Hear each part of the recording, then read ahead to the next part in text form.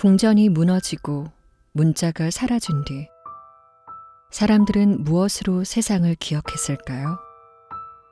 바로 노래였습니다. 영웅들의 이름과 전쟁의 이야기는 글이 아닌 목소리로 전해졌습니다. 오늘 우리는 기록 없는 세기, 그리스의 암흑시대로 들어갑니다.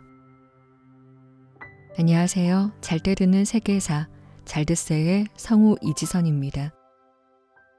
우리는 지금 에게 문명의 길을 따라가고 있습니다. 일부에서는 바다를 지배했던 크레타, 곧 미노스 문명의 흥망을 살펴봤습니다. 2부에서는 그 자리를 대신한 미케네 전사들의 세계, 트로이 전쟁의 서사를 살펴보았고요. 그리스인들에게는 신화이자 동시에 자신들의 기원을 설명하는 강렬한 기억이었죠. 하지만 그 뒤에는 전혀 다른 시간이 찾아옵니다. 기원전 1200년 무렵, 동지중해의 궁전들이 무너지고 교역이 끊어졌습니다. 화려한 황금과 청동의 시대가 끝나고 수백 년 동안 기록은 사라졌습니다.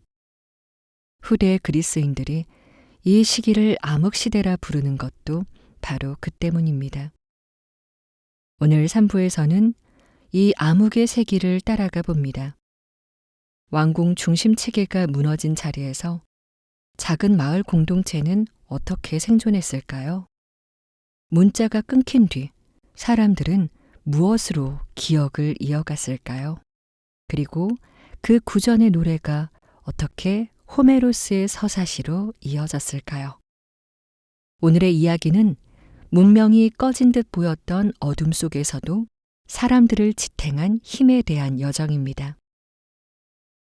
혹시 이야기를 듣다 스르르 잠드신다면 구독과 좋아요 꼭 눌러주세요.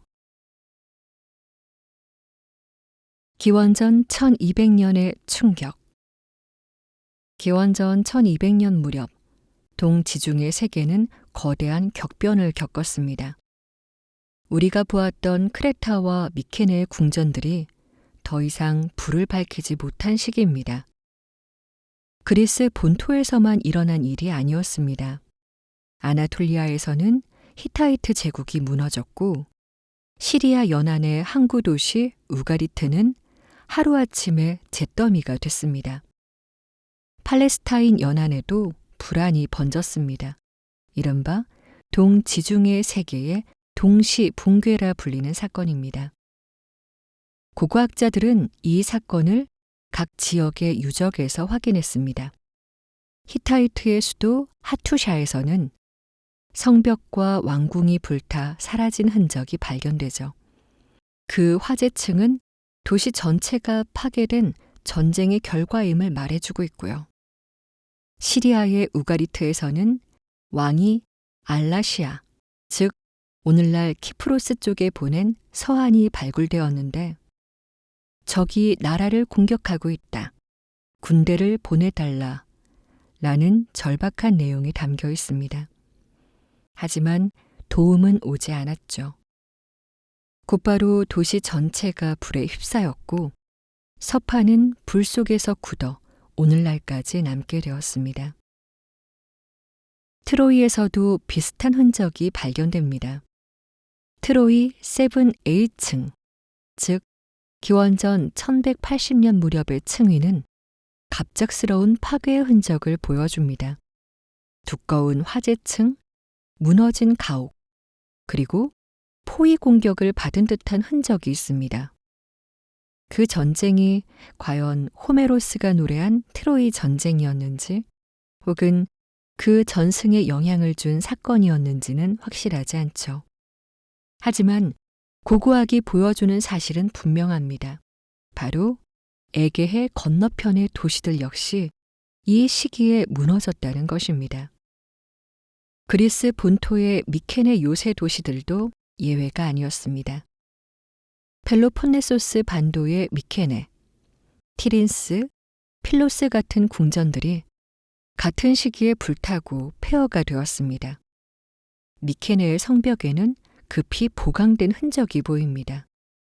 외적의 공격을 두려워해 돌을 더 쌓고 문을 좁힌 것이죠. 그러나 그 노력은 오래가지 못했습니다. 불길은 곧 도시를 덮쳤고 왕궁은 더 이상 재건되지 않았습니다. 필로스 궁전에서는 타다 남은 점토판들이 발견됐습니다. 점토판에 적힌 리니어 B 문자는 불에 구워져 오늘날까지 남았지만 그것이 곧 기록의 종말을 알리는 증거가 되었죠. 이 붕괴를 어떻게 설명할 수 있을까요?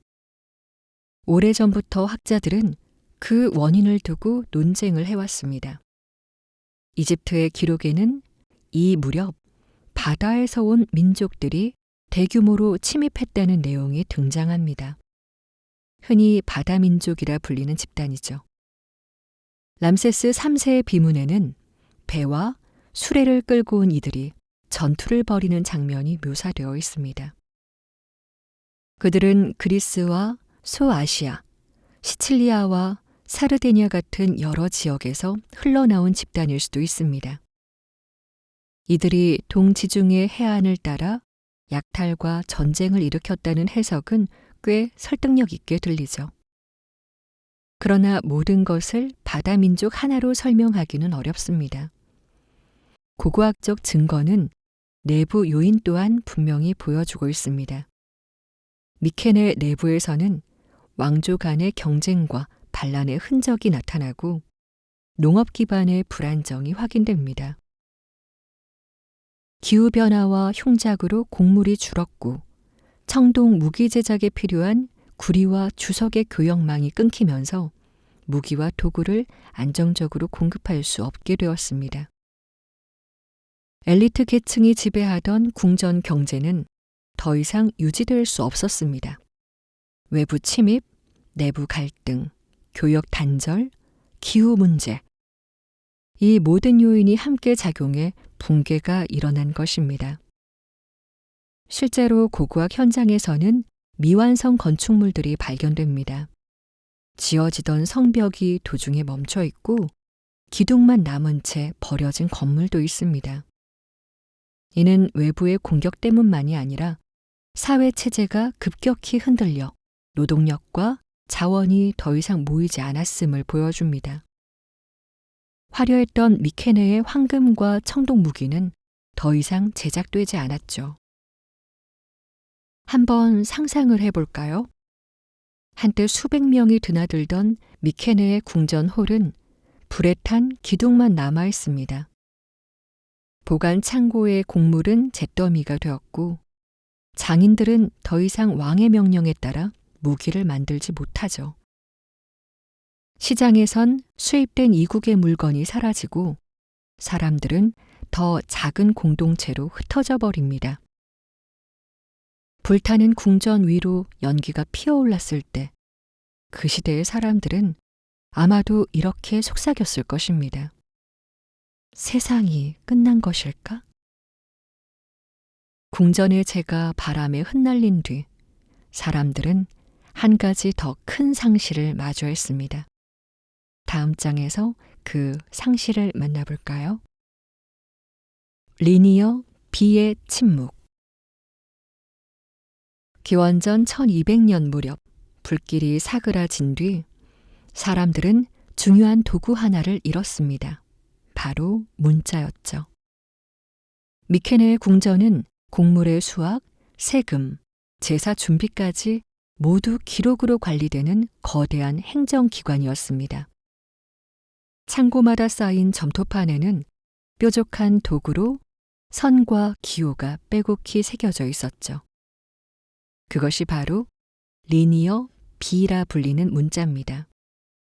오늘날의 알파벳과는 달리 음절과 기호가 섞여 곡물, 기름, 가축의 수를 표시했습니다. 필로스 궁전의 발굴 현장에서는 수백 장의 점토판이 발견되었습니다. 원래 점토판은 단단히 구워 오래 보관하는 용도가 아니었고 햇볕에 말려 임시로 쓰였습니다. 그러나 궁전이 불타면서 오히려 불 속에서 단단히 구워져 오늘날까지 남게 된 것입니다. 궁전의 몰락이 역설적으로 기록을 영원히 보존한 셈이죠. 점토판을 들여다보면 그 사회의 일상이 드러납니다. 어느 농민이 얼마나 공물을 바쳤는지, 어떤 장인이 청동을 받아 무기를 만들었는지, 제사에는 몇 마리의 양과 몇 단지의 술이 필요한지가 적혀 있습니다. 왕의 권력은 곡식과 물품을 점토판 위에서 통제할 수 있느냐에 달려 있었습니다. 기록은 곧 권력이었으니까요. 그러나 궁전이 무너지자 리니어 B도 함께 사라졌습니다. 다시는 쓰이지 않았고 이후 약 400년 동안 문헌 기록은 완전히 끊겼습니다. 이 때문에 역사가들은 이 시기를 암흑시대라 부르게 되었던 것이죠. 스스로 남긴 글자가 없으니 우리의 시야도 어두워질 수밖에 없는 것이죠. 문자가 사라진 사회는 어떻게 변했을까요? 더 이상 세금과 제사를 기록할 수 없으니 사람들은 작은 공동체 단위로 흩어졌습니다. 믿을 수 있는 것은 눈앞에서 직접 확인한 사실과 입에서 입으로 전해지는 말뿐이었습니다. 어린아이에게 들려주는 전승, 장례식에서 불린 노래, 마을 장터에서 오가는 소문이 곧 사회 기록이 되었죠. 문자 기술의 단절 이후 궁전 체제의 몰락과 경제와 사회의 재편이 뒤따릅니다. 무엇보다 기억을 이어가는 방식이 변하죠. 기록이 사라진 자리에 인간의 목소리와 노래가 공동체를 지탱하는 새로운 힘이 되었습니다. 이 침묵의 세기는 단절의 증거이자 동시에 새로운 시대의 출발점이 되었습니다. 문자가 사라진 뒤 사람들은 더 이상 점토판에 의존할 수 없었습니다. 대신 눈앞에서 직접 손에 쥘 수 있는 것들, 삶을 지탱해 줄 도구가 무엇보다 중요해졌습니다. 다음 이야기는 바로 이 시기에 사람들의 손에 들어오기 시작한 새로운 재료, 철에 관한 것입니다. 철기의 등장, 도구의 민주화. 철은 그리스에서 갑자기 나타난 것은 아니었습니다. 이미 기원전 2000년 무렵 아나톨리아의 히타이트 사람들은 철을 다루는 법을 알고 있었죠. 하지만 그때의 철은 귀하고 다루기 어려워 장식품이나 의뢰용에 그쳤습니다. 그러다 기원전 1200년 전후 동지중해 세계가 무너지면서 상황이 달라졌습니다. 청동을 만들던 구리와 주석의 교역망이 끊기자 사람들은 눈앞에서 구할 수 있는 철에 눈을 돌리게 되었습니다. 이때부터 철은 서서히 일상으로 퍼지기 시작합니다. 같은 시기, 세계의 다른 지역들도 격변을 겪고 있었죠. 이집트는 바다 민족과 전쟁을 치렀고 히타이트 제국은 아예 사라졌죠. 메소포타미아의 바빌로니아는 작은 왕국들로 쪼개졌고 인더스강 유역의 도시는 이미 오래전 몰락했습니다. 기원전 1200년 무렵은 특정 지역만의 사건이 아니라 세계 여러 문명이 동시에 흔들린 위기의 세기였습니다. 바로 이 시기에 에게해의 사람들은 철을 손에 쥐고 새로운 삶의 길을 열기 시작했습니다. 청동기 시대가 무너진 가장 큰 이유 중 하나는 청동 자체의 성격에 있었습니다. 청동은 구리와 주석을 섞어 만들어야 했습니다. 구리는 비교적 쉽게 구할 수 있었지만 주석은 멀리서 들여와야 했습니다. 에게해와 소아시아에는 주석 산지가 거의 없었기 때문에 중앙아시아나 아프가니스탄, 심지어 더 먼 지역과의 교역이 필수적이었죠. 궁전 경제가 유지될 때는 이런 장거리 교역이 가능했지만 기원전 1200년 무렵 교역망이 붕괴되자 청동 생산도 함께 마비되었습니다. 전쟁의 무기와 농사의 도구 모두가 불안정해진 것입니다. 그 빈자리를 어떻게 철이 대신할 수 있었을까요? 철광석은 구리보다 흔했고 에게해 곳곳에서 채굴할 수 있었습니다. 다만 가공이 쉽지 않았습니다. 철은 청동보다 훨씬 높은 온도를 필요로 했고 불순물을 제거하는 기술도 필요했습니다. 그래서 초기 철기 유물은 오히려 청동보다 못했습니다. 쉽게 휘어지고 금세 녹슬었죠. 하지만 시간이 지나면서 재련 기술이 개선되자 철은 점차 청동을 대신할 만큼 단단하고 날카로운 도구로 바뀌었습니다. 고고학 발굴에서는 초기 철기 유물들이 확인됩니다. 그리스 본토와 소아시아 무덤에서는 투박한 철칼, 철제 장식품, 작은 농기구가 발견되었습니다. 처음에는 귀하고 특별한 물건이었지만 점차 기술이 퍼지면서 더 널리 사용되었습니다. 무엇보다 철은 멀리서 들여올 필요가 없었습니다. 지역 내에서 구할 수 있었기 때문에 농민과 장인도 접근할 수 있었죠. 이 변화는 일상을 바꾸었습니다. 농업에서는 철로 만든 보습, 곧 쟁기의 끝부분이 혁신이었습니다. 나무나 청동으로 만든 보습은 단단한 땅을 깊이 갈기 힘들었지만 철 보습은 훨씬 단단하고 오래 버텼습니다. 밭을 더 깊이 갈고 더 넓게 경작할 수 있었고 농업 생산력은 회복되었습니다. 마을은 다시 곡식으로 지탱되기 시작했습니다. 군사면에서도 철의 등장은 의미가 컸습니다. 청동 무기 시대에는 무기를 만들려면 반드시 궁전과 지배층의 통제를 거쳐야 했습니다. 구리와 주석을 확보할 수 있는 이들이 한정되어 있었기 때문입니다. 그러나 철기는 훨씬 더 많은 사람들의 손에 들어갔습니다. 철검과 철창은 청동보다 싸고 널리 보급되었죠. 이제 무기를 가진 것은 왕과 귀족만이 아니었습니다. 평범한 전사들도 철 무기를 쥘 수 있었고 전쟁의 성격도 바뀌었습니다. 이 과정에서 계층 차이는 완화되었습니다. 청동 무기와 장식품은 귀족의 전유물이었지만 철 무기는 대중에게도 열려 있었습니다. 물론 여전히 기술과 자원은 제한적이었지만 점차 더 많은 계층이 무기와 도구를 쓸 수 있게 되면서 공동체의 힘의 균형도 달라졌습니다. 이는 훗날 폴리스 사회에서 시민들이 무장해 전투에 참여하는 기반이 되었습니다. 철기의 보급은 단순한 생활의 편의를 넘어 사회 구조를 바꾸는 계기가 되었죠. 농업 생산력이 높아지면서 인구가 유지되고 마을이 안정되었습니다.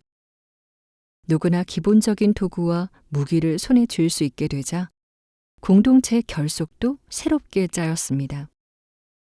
더 이상 왕과 궁전의 명령에만 기대지 않고 각자가 손에 든 도구로 생존을 개척할 수 있게 된 것이죠. 청동기 시대의 농부는 부서지기 쉬운 나무 쟁기로 얕은 흙을 긁어냈습니다. 그러나 철 보습을 쥔 농부는 같은 땅에서 훨씬 많은 곡식을 거두어 들일 수 있었습니다. 전사들은 청동검보다 날카롭고 오래가는 철검을 들고 싸움터에 나섰습니다. 작은 마을 촌락에서도 철칼과 철도끼는 더 이상 귀한 물건이 아니었습니다. 철기는 곧 삶의 민주화였습니다. 귀족의 전유물이던 무기와 도구가 점차 모든 사람의 손에 들어갔습니다. 그것은 단순한 기술 발전이 아니라 사회의 성격을 바꾸는 변화였던 것이죠. 암흑시대라 불린 시기, 사람들을 지탱해 준 것은 화려한 궁전의 불빛이 아니라 손에 쥔 단단한 철이었습니다. 철이 사람들의 손에 쥐어지면서 삶은 조금씩 안정되기 시작했습니다. 하지만 더 이상 그들을 지탱해줄 왕의 권위와 행정은 없었습니다. 왕궁이 무너진 자리에 남은 것은 흩어진 사람들과 황폐해진 땅뿐이었죠. 이제 사람들은 다시 모여야 했습니다. 성벽으로 둘러싸인 거대한 궁전이 아니라 언덕 위의 작은 집들과 함께 살아가는 새로운 삶의 터전 말입니다. 다음 이야기는 궁전이 사라진 뒤 사람들이 어떻게 작은 마을에서 다시 공동체를 일구어 갔는지에 관한 것입니다. 마을로 돌아간 사람들. 기원전 11세기 무렵 그리스 본토와 섬 곳곳에서는 작은 촌락이 생겨났습니다. 불타버린 성체와 궁전 대신 나무와 진흙으로 지은 단순한 가옥들이 언덕이나 평야 한쪽에 모여 있었습니다. 이런 마을은 규모가 크지 않았습니다. 대체로 수십 채 정도의 집이 모여 있었고 사람들은 농업과 목축으로 생계를 이어갔죠. 대표적인 예가 펠로폰네소스 반도의 니코리아입니다. 발굴 결과 이곳에는 길게 늘어선 가옥들이 일정한 구획을 이루고 있었습니다. 그 가운데 유독 크고 길쭉한 집 한 채가 눈에 띕니다. 학자들은 이것을 수장의 집이라 부릅니다. 오늘날의 궁전처럼 웅장하지는 않았지만 마을을 이끄는 지도자의 집이었음을 보여줍니다. 이 집은 목재 기둥과 흙벽으로 지어졌으며 내부에는 작은 저장 공간과 손님을 맞는 넓은 공간이 있었습니다. 왕궁의 화려한 전당은 사라졌지만 작은 마을에서도 권위를 가진 인물이 있었던 것입니다. 이후 안드로스의 자고라 섬에서도 흥미로운 마을 유적이 발굴되었습니다.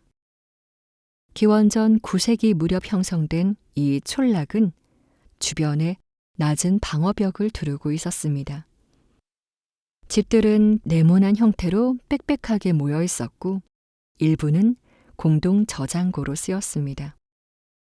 곡식을 보관하고 나누기 위한 최소한의 장치였습니다. 왕궁의 거대한 창고는 사라졌지만 작은 마을 차원에서 식량을 지키고 분배하려는 노력이 이어졌던 것이죠. 이러한 마을에서의 삶은 자급자족의 기본이었습니다. 사람들은 밭을 갈고 보리를 키웠습니다. 올리브 나무와 포도 덩굴을 가꾸어 기름과 술을 만들었고 가축을 키워 우유와 고기를 얻었습니다. 염소와 양은 털을 제공했으며 간단한 작물을 짜는 데 쓰였습니다. 교역은 거의 없었지만 가끔 이웃마을과 물물 교환을 하며 필요한 것을 구했죠. 작은 장신구나 토기는 그렇게 손에서 손으로 옮겨 다녔습니다. 여성과 아이들의 역할도 이 시기에 분명하게 자리 잡았습니다. 여성들은 집 안에서 곡물을 빻고 빵을 굽고 올리브 기름을 짜며 옷감을 짜는 일을 맡았습니다. 아이들은 가축을 돌보거나 물을 길러오며 어른들의 일을 거들었죠. 궁전 경제에서는 잘 드러나지 않던 이 일상적 역할들이 작은 마을에서는 공동체를 지탱하는 핵심이었습니다. 이렇게 작은 마을들은 수세기 동안 그리스 세계의 기본 단위가 되었습니다. 마을은 화려하지 않았지만 공동체가 다시 숨을 쉴 수 있는 터전이었습니다. 철이 도구를 바꾸었다면 마을은 사람들의 삶을 바꾸었습니다. 암흑시대라 불린 이 시간 속에서도 사람들은 작고 단단한 공동체를 통해 다시 살아갈 길을 열어갔던 것입니다. 그리고 그 삶의 흔적은 죽음의 자리에서도 뚜렷하게 남았습니다. 다음 이야기는 장례 풍습이 전해주는 사회의 모습입니다. 장례 풍습. 마을에서 이어진 삶은 죽음의 순간에도 흔적을 남겼습니다. 고고학자들이 암흑시대를 연구할 수 있는 가장 중요한 창은 무덤입니다. 기록이 사라진 시대였기 때문에 오히려 매장과 장례의식이 사회의 모습을 가장 잘 보여주죠. 이 시기에는 장례 방식이 지역마다 크게 달랐습니다. 어떤 곳에서는 시신을 화장한 뒤 재를 항아리에 담아 묻었습니다. 아르고스와 아테네에서는 특히 화장이 두드러집니다. 반면 테베나 일부 지방에서는 여전히 매장 관습을 이어갔습니다. 같은 그리스 세계 안에서도 장례 방식이 통일되지 않았던 것입니다. 이는 곧 당시 사회가 하나의 제국이나 체제가 아니라 여러 작은 공동체로 나뉘어 있었음을 보여주죠. 무덤 구조도 변화를 보입니다. 미케네 시대의 화려한 돔 무덤이나 샤프트 무덤은 더 이상 지어지지 않았습니다. 대신 작은 개별 무덤이나 항아리 매장이 늘어났죠. 공동체의 권력이 약화되면서 거대한 무덤에 권위를 새길 필요가 줄어든 것입니다. 이 변화는 토기 양식에서도 확인됩니다. 기원전 10세기 무렵부터 초기 기학 양식이라 불리는 토기가 나타납니다. 단순한 원, 삼각형, 물결 무늬 같은 기하학적 무늬가 반복되는 것이 특징입니다. 이는 단순한 장식이 아니라 사회의 질서를 표현한 방식이었죠. 규칙적이고 반복적인 문양은 공동체가 공유하는 규범과 기억을 상징했습니다. 가장 대표적인 사례가 아테네의 디필론 묘지에서 발견된 거대한 장송용 항아리, 디필론 크레이터입니다. 높이가 1m가 넘는 이 토기에는 장례 행렬이 묘사되어 있습니다. 시신을 둘러싸고 곡을 하는 사람들의 모습, 손을 들어 애도하는 인물들이 단순한 선으로 표현되어 있습니다. 글은 사라졌지만 이 그림은 공동체가 어떻게 죽음을 맞이했는지를 기록하고 있습니다. 장례는 공동체가 함께 모여 슬픔을 나누고 그 과정에서 결속을 확인하는 시간이었습니다. 무덤에 넣은 토기와 장신구는 고인을 위한 것이면서도 남은 이들이 공유하는 가치와 신념을 상징하는 것이죠. 죽음을 기리는 자리에서도 사람들은 노래를 불렀습니다. 곡을 하고 이야기를 전하며 고인을 기억했죠. 기록이 사라진 세상에서 목소리와 노래는 곧 공동체의 기록이었습니다. 다음 이야기는 바로 그 노래를 생업으로 삼은 사람들, 음유 시인의 시대입니다. 음유 시인의 시대, 아오이 도이. 기록이 사라진 시대, 목소리와 노래는 곧 사회의 기록이었습니다. 그리고 그 노래를 생업으로 삼은 이들이 있었죠. 그리스 사람들은 이들을 아오이 도이, 곧 노래하는 자들이라 불렀습니다. 공전의 서기관이 사라지고 문자도 사라진 뒤 그 자리를 채운 것은 바로 이 음유 시인들이었습니다. 그들은 마을을 돌며 집집마다, 축제마다, 장례마다 노래를 불렀습니다. 단순히 즐거움을 주는 것이 아니라 사람들의 기억을 이어주는 역할을 했습니다. 아오이 도이의 노래는 단순한 암송이 아니었습니다. 그들은 즉흥적으로 이야기를 지어냈습니다. 하지만 완전히 새로 만드는 것이 아니라 이미 전해 내려오는 이야기의 조각들을 이어붙이는 방식이었습니다. 예를 들어 발빠른 아킬레오스, 소눈의 헤라 같은 표현은 언제나 같은 형태로 반복되었죠. 이것을 학자들은 상투구라고 부릅니다. 같은 구절을 반복하면 기억하기 쉬울 뿐 아니라 청중도 익숙하게 받아들일 수 있기 때문이죠.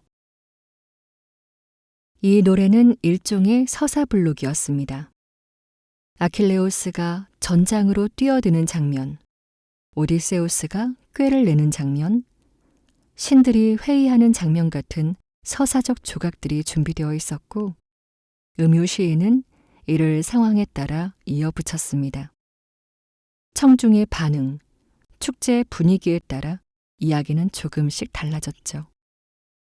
그래서 같은 이야기를 여러 번 들어도 사람들은 결코 지루해하지 않았습니다. 매번 조금씩 다른 새로운 노래였기 때문입니다. 악기의 반주도 함께 쓰였습니다. 리라나 키타라 같은 현악기가 기본이었고, 때로는 단순한 북이 쓰이기도 했습니다.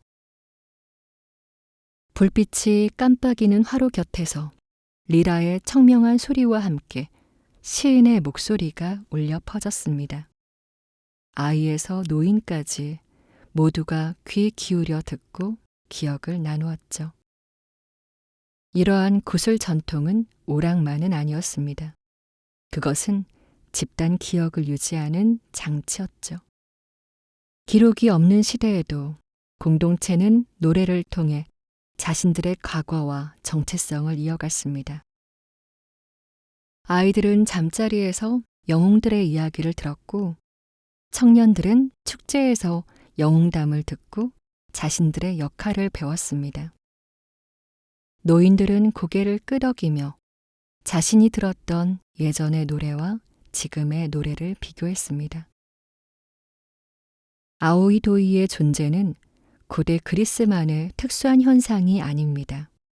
다른 문화권에서도 구슬 전통은 중요한 역할을 했습니다.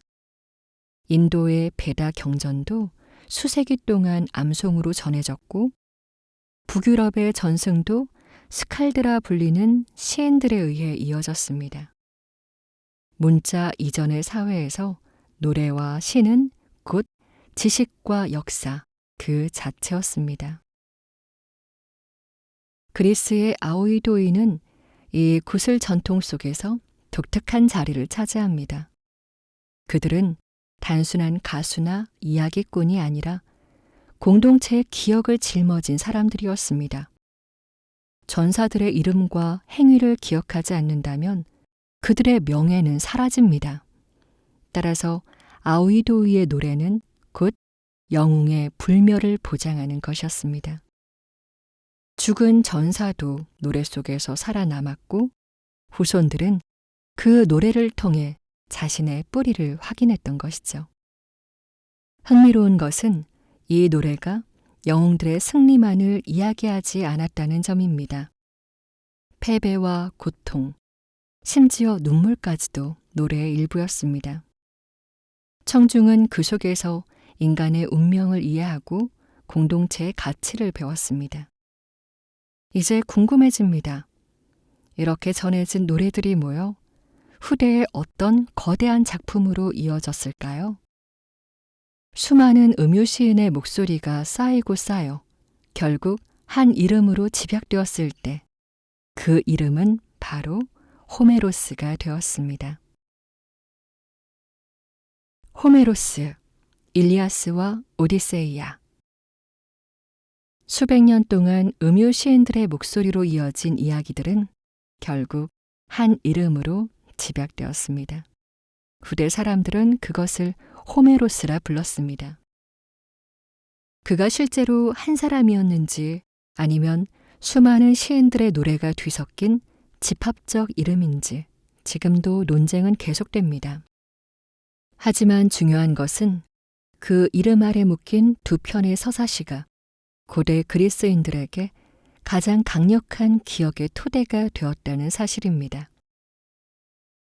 하나는 전쟁의 노래, 일리아스입니다. 다른 하나는 귀환의 노래, 오디세이아입니다. 이 두 작품은 과거를 노래한 것만이 아니라 인간이 무엇을 두려워하고 무엇을 꿈꾸는지, 공동체가 어떤 가치를 중시하는지를 다룬 그리스인 스스로의 세계관을 담은 거대한 기억의 저장소였습니다. 일리아스, 분노에서 화해로. 일리아스는 트로이 전쟁 전체를 노래하지 않습니다. 이야기의 무대는 전쟁이 막바지에 다다른 어느 해, 불과 50일 남짓한 기간에 집중되어 있죠. 주제는 아킬레우스의 분노. 이야기는 그리스 연합군의 최고 지휘관 아가멤논이 아킬레우스의 전리품을 빼앗으면서 시작됩니다. 모욕당한 아킬레우스는 분노하여 전쟁에 참여하지 않겠다고 맹세하죠. 그는 천하무적의 전사였기에 그의 부재는 곧 그리스군의 패배를 의미했습니다. 트로이의 장수 헥토르는 이 틈을 타 그리스 진영을 거세게 몰아붙입니다. 전세가 기울자 아킬레우스의 친구이자 동료 전사 파트로클로스가 그의 갑옷을 입고 전장에 나섭니다. 그러나 헥토르의 창에 쓰러지고 말죠. 이 소식은 아킬레우스의 마음을 무너뜨립니다. 분노는 다시 불타오르지만 이번에는 개인의 모욕이 아니라 친구의 죽음에 대한 슬픔과 복수였습니다. 그는 전쟁에 복귀해 헥토르와 맞붙고 결국 트로이의 영웅을 쓰러뜨립니다. 아킬레우스는 승리했지만 여전히 분노에 사로잡혀 헥토르의 시신을 전차 뒤에 묶어 질질 끌고 다닙니다. 그러나 늙은 트로이의 왕 프리아모스가 몰래 그리스 진영을 찾아와 무릎 꿇고 간청하죠. 내 아들의 시신을 돌려달라고. 아킬레우스는 노인의 손을 잡고 인간의 고통 앞에서 분노를 내려놓습니다. 영웅의 힘보다 더 큰 것은 슬픔을 나누는 연민이라는 사실을 이 장면은 보여줍니다. 일리아스는 승리의 환호가 아니라 죽음과 슬픔 그리고 화해로 끝을 맺습니다. 오디세이아, 방랑과 귀한. 오디세이아는 전쟁의 끝에서 시작됩니다. 트로이 성은 무너졌지만 전사들의 귀환은 끝나지 않았습니다. 오디세우스는 고향 이타카로 돌아가기 위해 10년 동안 바다를 떠돌아야 했습니다. 그 여정은 고난과 유혹의 연속이었습니다. 마법사 키르케의 유혹, 칼립소의 섬에서의 달콤한 억류, 바다의 괴물 스킬라와 카리브디스 사이를 지나야 하는 아슬아슬한 항해, 사이렌의 유혹을 이겨내기 위한 귀를 막은 노젓는 이들의 모습, 하나하나가 상징적인 장면으로 오늘날까지 기억되고 있죠. 하지만 이 서사의 핵심은 모험이 아닙니다. 그것은 귀환에 대한 갈망입니다. 고향, 아내, 아들, 그리고 자신이 떠나온 집으로 돌아가고자 하는 인간의 보편적 소망이 이야기의 중심에 놓여 있습니다. 마침내 오디세우스는 변장을 하고 고향에 돌아옵니다. 그의 아내 페넬로페는 수많은 구원자들 속에서 남편의 귀환을 기다리며 꾀와 지혜로 시간을 벌고 있었습니다. 둘은 서로를 알아보고 잃었던 시간을 되찾습니다. 오디세이아는 영광스러운 전쟁보다 집으로 돌아온 한 남자의 이야기로 끝맺습니다. 일리아스와 오디세이아는 서로 다른 주제를 다루지만 공통된 메시지가 있습니다. 그것은 인간의 고통과 선택, 그리고 공동체의 기억입니다. 아킬레우스는 짧지만 영광스러운 삶과 길지만 평범한 삶 사이에서 선택해야 했습니다. 헥토르는 도시와 가족을 위해 자신의 목숨을 내놓았습니다. 오디세우스는 끝없는 방랑 속에서도 고향을 향한 의지를 굽히지 않았죠. 이들의 이야기는 단순한 전쟁이나 모험담이 아니라 인간이 무엇을 위해 살아가야 하는가에 대한 질문이었습니다. 이 두 작품은 또한 공동체의 기억을 집약했습니다. 영웅의 이름은 노래 속에서 불멸하게 되었고 후손들은 노래를 통해 스스로의 뿌리를 확인했습니다. 우리는 아킬레우스의 후손이다. 우리는 오디세우스의 자손이다. 그리스인들은 이 노래들을 통해 자신들의 정체성을 세워갔습니다. 호메로스의 노래는 그리스 세계를 넘어 오랫동안 서양 문화의 기초가 되었죠. 기원전 5세기의 비극작가 아에스킬로스, 소포클레스, 에우리피데스는 모두 호메로스의 장면을 무대 위에 다시 불러냈습니다. 철학자 플라톤조차 일리아스와 오디세이아를 인용하며 인간과 공동체에 대해 논의했습니다. 호메로스의 서사시는 단순한 과거를 기록한 작품이 아니라 수백 년 동안 기억된 목소리들의 집약이었습니다. 그것은 문자 없는 시대를 지나 알파벳의 시대가 도래할 때까지 그리스인들이 결코 놓지 않았던 이야기의 끈이었습니다. 영웅적 가치, 명예, 탁월, 운명. 호메로스의 서사시 안에는 당시 사람들이 가장 소중히 여겼던 가치가 담겨 있었습니다. 그리스인들이 말하는 영웅적 가치는 세 가지 개념으로 요약됩니다. 첫째는 클레오스, 곧 명예입니다. 죽은 뒤에도 이름이 남는 것. 그것이 영웅의 존재 이유였죠. 이름 없는 삶은 곧 잊히는 삶이었고 노래 속에 불리며 기억되는 것이야말로 최고의 영광이었습니다. 둘째는 아레테, 탁월함입니다. 이는 단순히 무력의 우위를 뜻하지 않습니다. 전장에서의 용기, 전술적 꾀, 설득하는 언변, 심지어 절제된 지혜까지도 아레테에 포함되어 있죠. 한마디로 자기 역할에서 최고의 모습을 보여주는 것이었습니다. 셋째는 모이라, 운명입니다. 신들이 정한 피할 수 없는 길, 인간이 어찌할 수 없는 한계였습니다. 영웅은 운명을 거스를 수 없었지만 그 길 위에서 어떤 선택을 하느냐에 따라 평가받았습니다. 이 세 가지는 호메로스의 주인공들을 통해 뚜렷하게 드러납니다. 헥토르는 트로이를 지키기 위해 어린 아들과 아내를 뒤로 한 채 전장에 나섰습니다. 그는 살아남을 수도 있었죠. 그러나 공동체의 책임을 저버리지 않았습니다.